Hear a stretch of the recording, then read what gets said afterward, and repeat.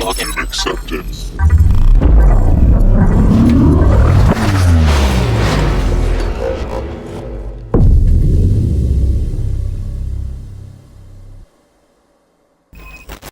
So we're going to cover a CTF overview, CTF basics, resources, and then prizes. So first up, CTF overview. Who here has done a CTF before? Capture the flag. Yeah, so little bit of us. Okay. So for the Swift Fast CTF, it'll be a capture the flag that runs from Tuesday to Friday, and you'll complete challenges on your own time. So it's just going to be throughout the week whenever you feel like you want to. And we're going to cover forensics, OSINT, reverse engineering, and cryptography. Yeah, and so we are pushing the link for tomorrow at 12 p.m. and then we're going to announce it when it's up. This is a timeline, just to know when to submit things. We're gonna have a deadline of Friday at 4 p.m. and then we're gonna do a walkthrough during that meeting. So, for the actual CTF basics, for cryptography, this is gonna be solving challenges with encryption and decryption, or hashing or other algorithm-based puzzles. So cryptography is a lot of knowing ciphers and knowing how to kind of read encryption code. And so a lot of it can seem very math heavy or very complicated, but it really is just knowing patterns and seeing how to reverse these patterns. So some common tools would be CyberChef, which is for decoding and encoding. It's an entire platform that is able to show you all of the different encryption algorithms all on one page, so it's pretty handy. Then we have Decode and Boxcentric. These are more sites you can use for cryptography. And then we have Hashcat and John the Ripper. These are for cracking hashes. So a hash is kind of similar to a cipher, but a hash is going to be where they're using different hash algorithms like base64 or SHA-256, and these are used to encrypt actual programs in real life. So you'll see that hashes are a bit more relevant, and it is showing that in CTFs you are able to crack hashes, even ones that people might use in a business setting. So pretty cool to think about.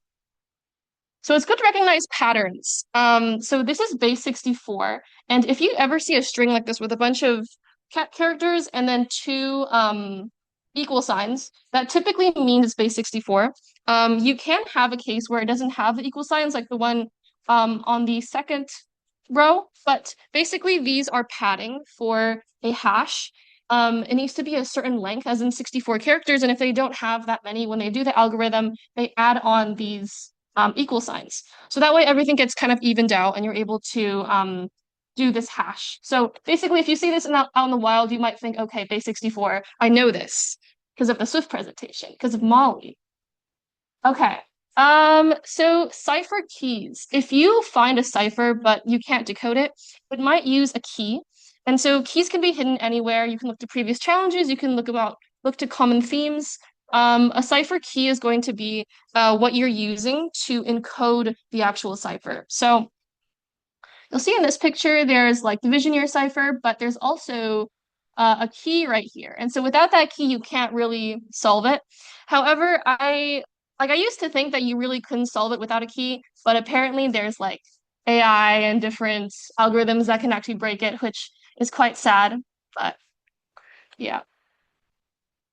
So StegHide is going to be a steganography tool.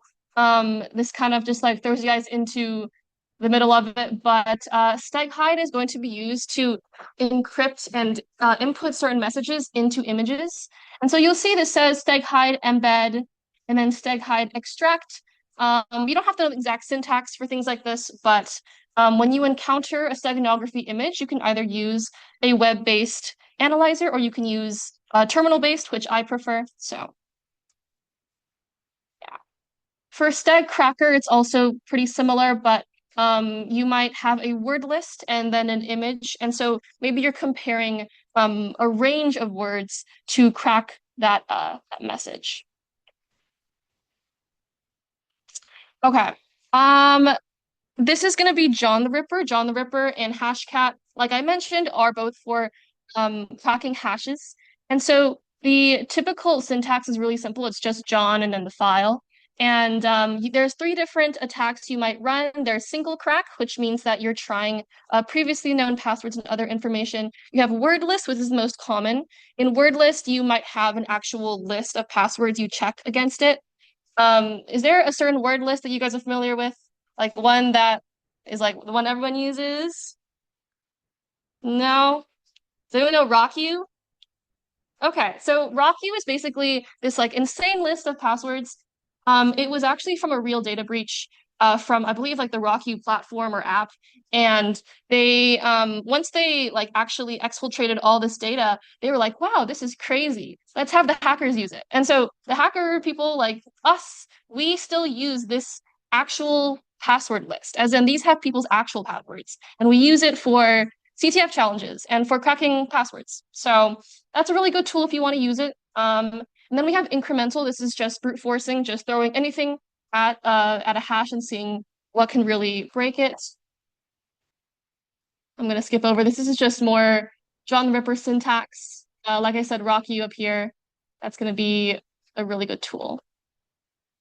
So for breaking a hash, you might use John and Hashcat by just inputting it. So this is a hash from Etsy Shadow. Etsy Shadow is going to be the password file in a Linux machine. And if you save that into a hash, little txt, you can use a word list like RockU to crack it. So that's going to help in the future. And here I'm just showing how to use John the Ripper. You'll see here we have RockU, and then we have the actual hash type, and then the actual file. So RockU on Linux, on Kali especially, is typically unzipped, so you'll have to unzip it, but from there it's pretty easy. And you'll see that right here, this is the password. So some cool stuff.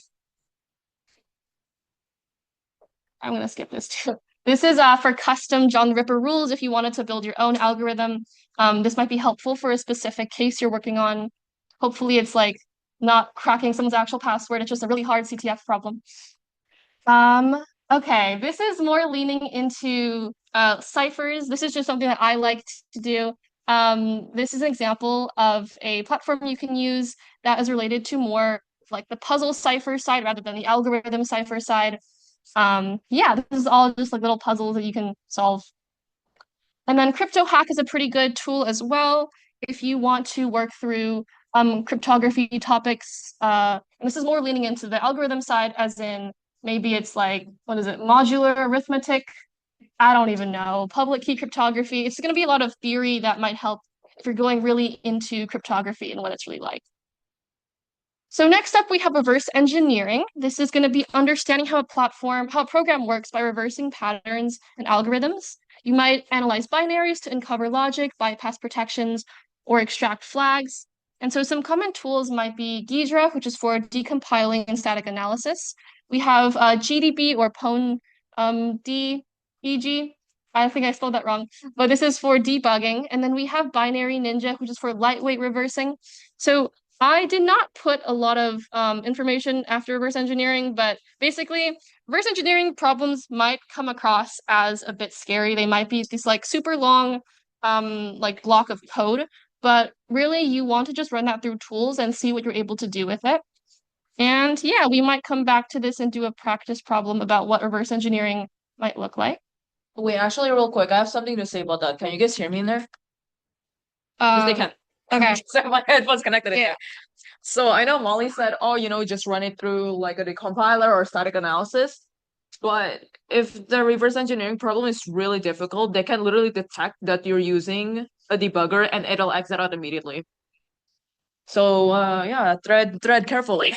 Mhm. All right. Um, So for OSINT, this is going to mean open source intelligence. This is basically finding information that is publicly available. And it just kind of means like stalking, just like seeing what's out there and seeing what you can do with it. And through a channel like a CTF, you can do a lot of kind of suspicious things, but like for a non-suspicious reason.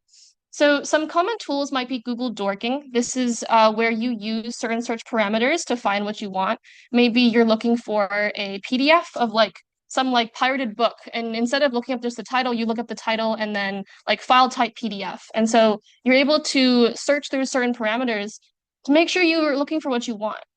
Then we have the Wayback Machine. This is going to be used for finding site info from a historic archive.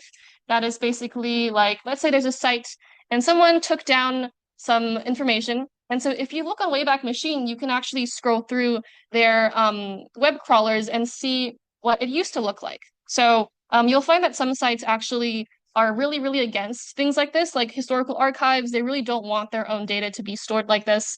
So they do have certain files and certain laws against web crawlers really taking in all the information. And then we have Shodan. Shodan is for investigating different IPs. You can also uncover a lot of just open endpoints. I believe through Shodan, you can find any like publicly available webcams, which is like kind of scary, like security cameras, that kind of thing. It is all publicly available because people didn't really secure it very well, but it's kind of not great to do that. Let's see. Okay. And then we're gonna go back to OSINT, but for now, for forensics, this is gonna be analyzing digital artifacts like files, memory dumps, network captures, images, and logs to uncover hidden data. So some common tools might be Wireshark for inspecting network traffic. Maybe you get like a PCAP file, and if you have that kind of file, you'll want to use a tool like Wireshark to kind of go through and see what's really in there. And also a lot of the files that you might receive in a CTF might seem a lot more like intimidating than it actually is. It's really just getting that file, running it through a tool and seeing what comes out. It's really not that hard. I like trust me. Then we have binwalk. This is for extracting embedded files from a firmware or from images. And then we have strings, which is just a like Linux command you might use for finding readable text in binaries. So these all might help if you're trying to do a forensics problem. But here are some more resources. Let me refresh this. There you go. We have Pico CTF. There's Try Hack Me, but they had a recent sort of controversy. And then we have Crack Me's and CTF 101. These are going to be trainings that are going to be really helpful. I would say Pico CTF is one of the most helpful. It was developed by students from, I believe, Carnegie Mellon University. And so they built this giant database of CTFs ranging from like easy to difficult, and they really make it very simple to walk through it. And then we're going to go over our prizes. So we have a Labubu keychain. This is not going to be the Labubu that we know. It's going to be our alumni Luke's cat. This is like his cat right here. And so you're going to get one of these keychains if you are one of the top three. And then we have a Starbucks gift card and also an electronic sort of like wiring kit with like little breadboard and LEDs and a fast USB. So some pretty cool stuff that we have planned. But yeah, that would kind of cover what our CTF is going to be. Before I like go any further, are there any questions regarding the CTF? Anything else? Okay. So considering we do have a little bit of time, did you want to go over something, Jessica? Personally, I don't have anything else to add. We're really just here to introduce what we have for you guys for the CTF. Mm. And also, my main priority right now for all of you is to connect in the CBA because there's a job fair right now Oh, outside. yeah. So I don't know if you guys want to stay here and have us talk more about CTFs or, connect with the employers out there Yeah, that feel want free to connect to like go and go to the job fair. How long does it run? until 2 p.m. Until 2 p.m. So, But the thing is, there's like a lot of classes and you hour until like 1 yeah. p.m. So Yeah. Isn't the career fair just for like business students? I think it's not so. just for us. As in, it's not just for business students, but it's catered towards business students. I'm not sure what employers are out there. Did anyone go out there just to check it out by any chance? Yeah. What did you find at the job fair? Quick offering. IP ones, such as the airport one. Hmm?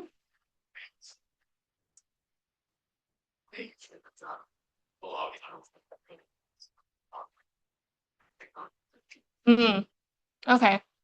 But there was IT out there? Oh, you're IT. That's nice. Yeah, if there are IT stuff out there. If you guys want to, you can go to the job fair. All right. So we're gonna go over some like really simple challenges. I was gonna practice them beforehand, but we'll just have to go through it and like struggle through it. Yeah. Yeah. So it's gonna be right here. It's also in our link tree. Hmm. Yeah, I won't have any thoughts.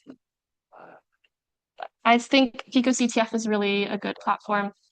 So we're gonna walk through that right now. So for easy, I think it's on a start. Go. So you'll see that if we look through easy, there's all these different categories. You'll see general skills, you'll see forensics, um, all this cool stuff. Okay, so let's go to photography first. Yeah, you have to. I can just get it. I'll do one without an instance on it. We'll just do this one. This is gonna be pretty easy. But is anyone familiar with ROT 13? Yeah.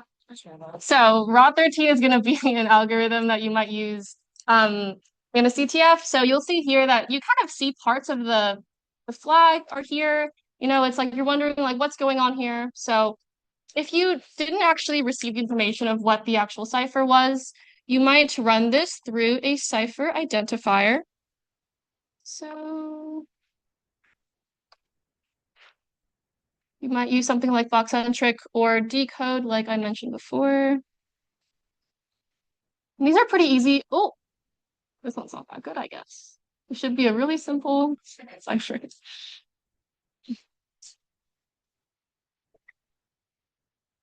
There we go. So use decode. Don't use the other one.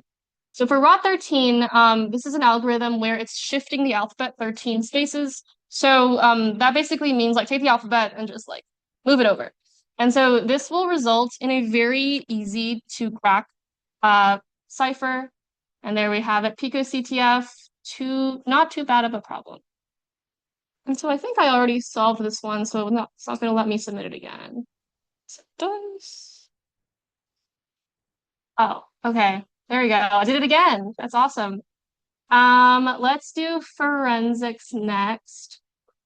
So let's do hidden in plain sight. So here we have an ordinary JPEG file, but something is tucked away inside the file. So we're going to download that and see what's going on. Okay. And again, I can see the pictures, but you can't. Unfortunate. We're going to go through a forensics tool, maybe like a Perisol. And this is going to help us find any information kind of hidden in the image. Y'all didn't see my files. Don't look at that. Oh, okay. Hold up. Let's do forensics.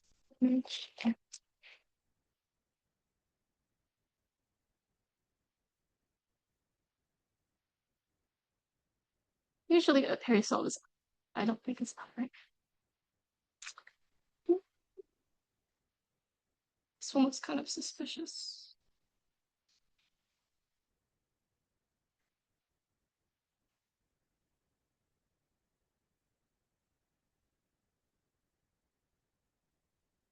Oh, okay. Um,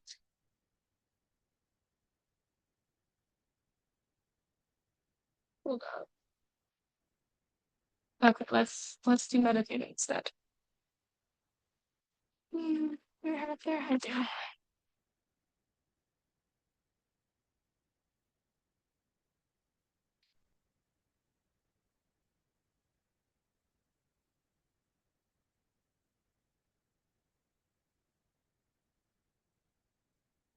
Um,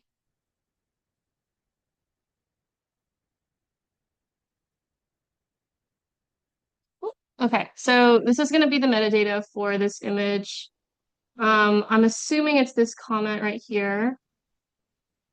It's the checksum. Okay, so we're gonna see if that is something. I haven't done this like previously, if you guys can tell. Like I've done forensics before, but not this specific challenge. So I know as much as you guys. Let's do base 64.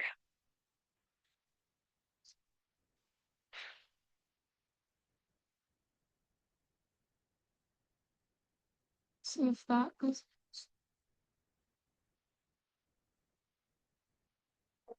Hmm. Mm, interesting. So that worked, but it decoded to stag hide, and then this little thing here. This is a bit convoluted. We're gonna see if we can at least finish this before the meeting ends. I'm gonna copy this over.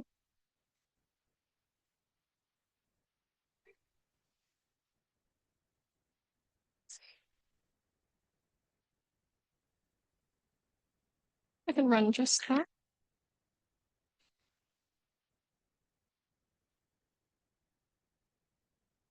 Password. Okay. Oh, I see what they're doing. All right. So we have to use steghide, which is going to be the steganography um, tool that like people use to hide files into. I will say that steghide has their own specific algorithm, which means if you use steghide to um, encode something, then you'll just use that specific tool to decode it. But if you have any other images that you've put steganography information into without using steghide, steghide cannot do it because they're just like a one-use kind of tool. They can only work with their own images, their own algorithm. Where is the online? Oh my God. Bear with me. Where where is the decoder? There it is. So we're gonna decode the image. We're gonna use that password that we got from here.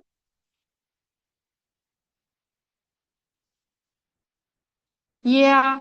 So basically, if you had steghide up like on your own terminal, you would use the tool and use the password. But we basically almost got there. That was like kind of the idea of how you do a forensics challenge. Um, okay. Let's move on to OSINT. Hmm. Oh, they don't have OSINT on here, I guess. Let's look up. Okay, so here it says there's a screenshot of a tweet containing a photo, and it has all the information of where the exact location was. Hmm. So they want us to find the actual like coordinates of where the photo was taken. Um, okay, let's see if I can do this. Mm,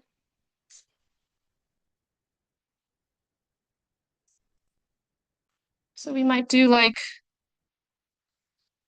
reverse image search.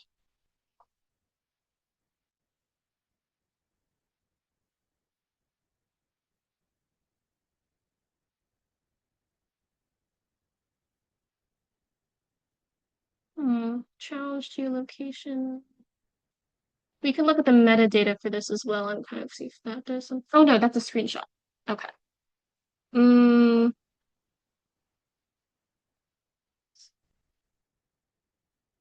let's, we're gonna see if we can look at the actual buildings of this.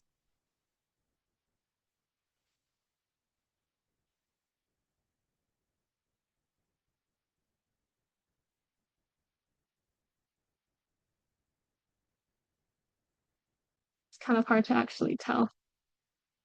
We're gonna look through what they might say.